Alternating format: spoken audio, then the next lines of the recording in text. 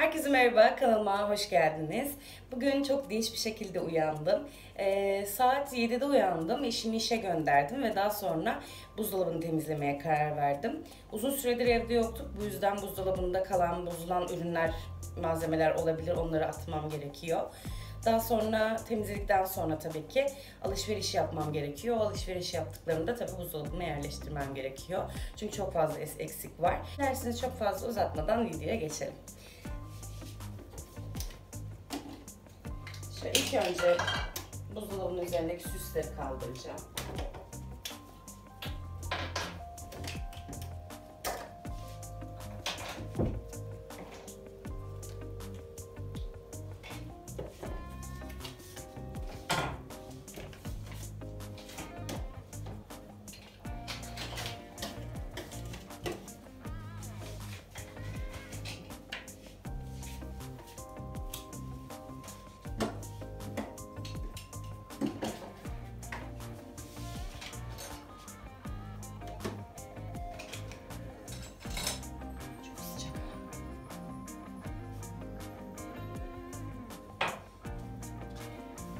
Şimdi dışarısını boşalttım, içerisine geçiyorum.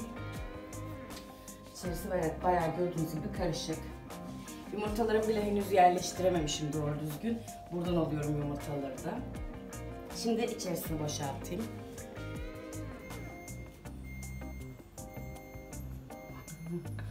Nasıl boşaltacağım? Fişini çekmem gerekiyor ama buzluk da var. Kötü oldu.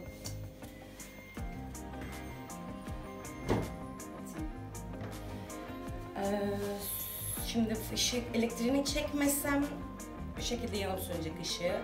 Eğer kapatırsam buzluk var, buzluktaki ürünlerim var, onlar eriyebilir. Çünkü hava inanılmaz derecede sıcak. Ne yapacağımı bilemedim. Biraz kapatayım.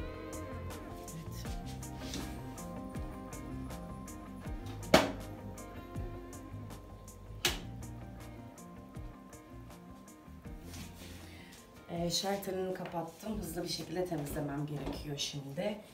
Çünkü buzdolabı alt kısmında direkt ürünler var. Onlar erimemesi lazım. O yüzden hızlıca boşaltacağım içine.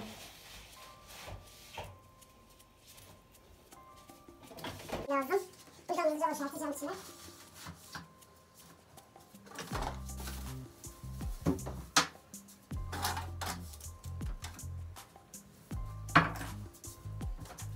Dışı dolması çok kötü oldu. Sürekli döndürdüğüm için.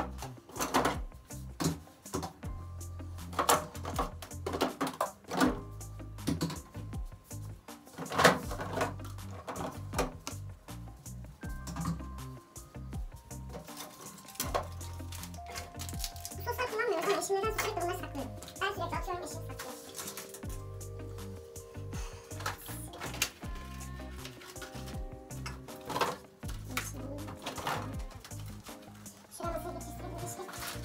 Çünkü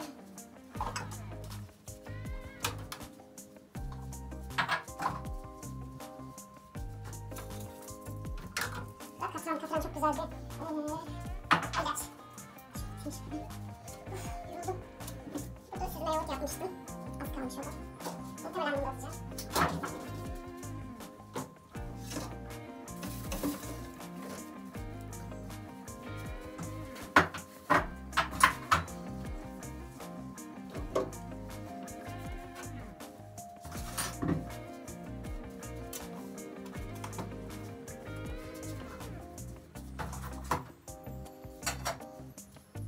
Peynir bile kapağında kalmış. Bunu yeni yaptım. Taze fasulye yemeği. Temiz. Şurada kalabilir. İyi, çok bir şey yokmuş açık ürün bozulacak şeyler. Sadece temizleyeceğim bugün. Evet, açık olmamış. Ya da çok önceden yapıp buzdolabına koyduğum şeyler yok.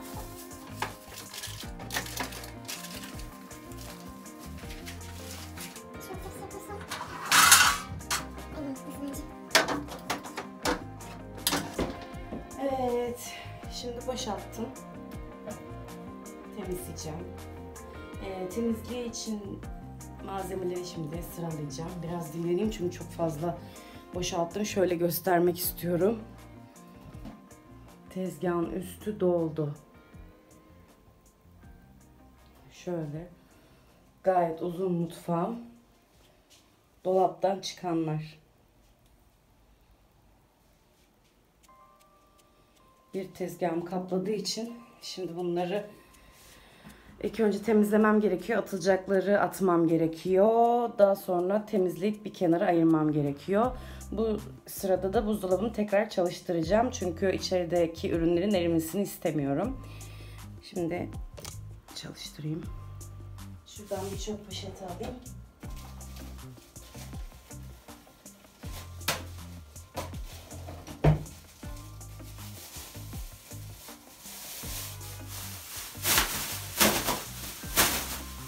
Çöp poşetimi açtım. Şu tereyağları ilk önce atayım. Evet. Bunları kullanıyorum. Bunlarda bir tane yok. Bunları temiz. Ya da şöyle yapayım. Bunu lavabonun içine koyayım. Sile sile yerleştir. Şöyle ayırırken ayırayım çöpleri de. Aynı zamanda.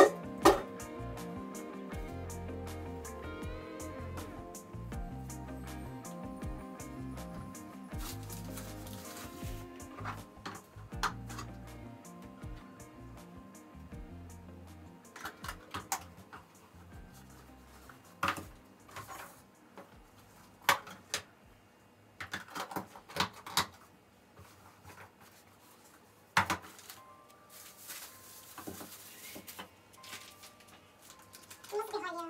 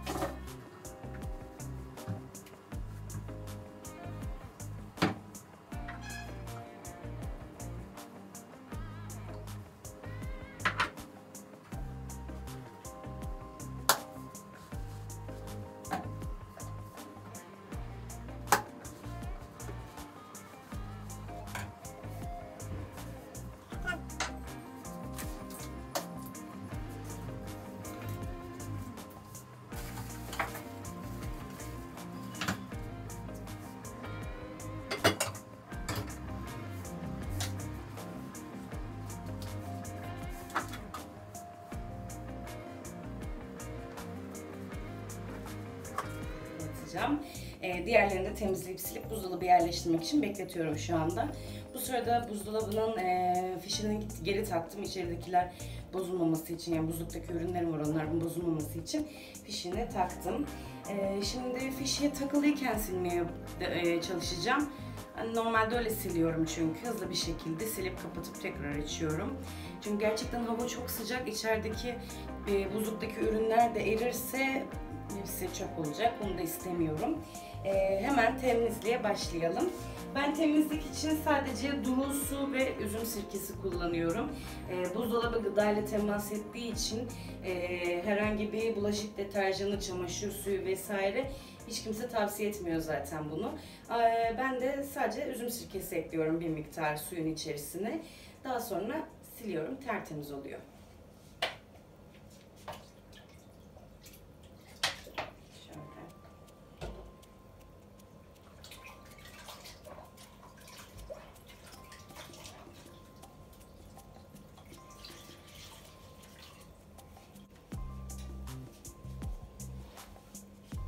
Şöyle su kirli değil, sirkenin rengi belli olsun. Çok kirli demeyin, sonra yorumlara çok kirliymiş diye yazmayın.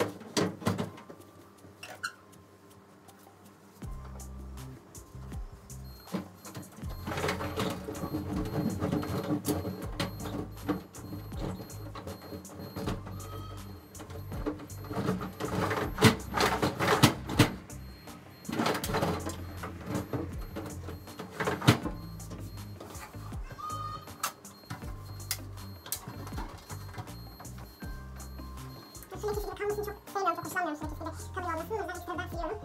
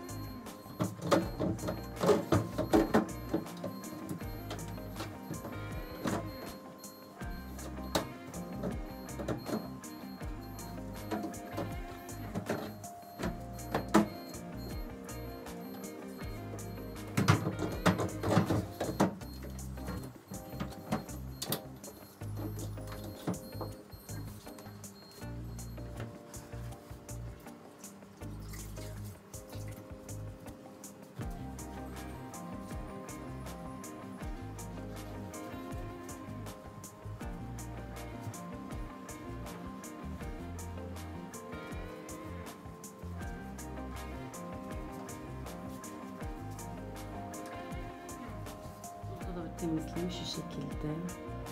Bütün her yerini sirkeyle temizledim. Çekmecelerini de temizledim. Şöyle sandalyeye takalım, pardon. Şöyle yan kapaklarını da temizledim. Şimdi yerleştireceğim.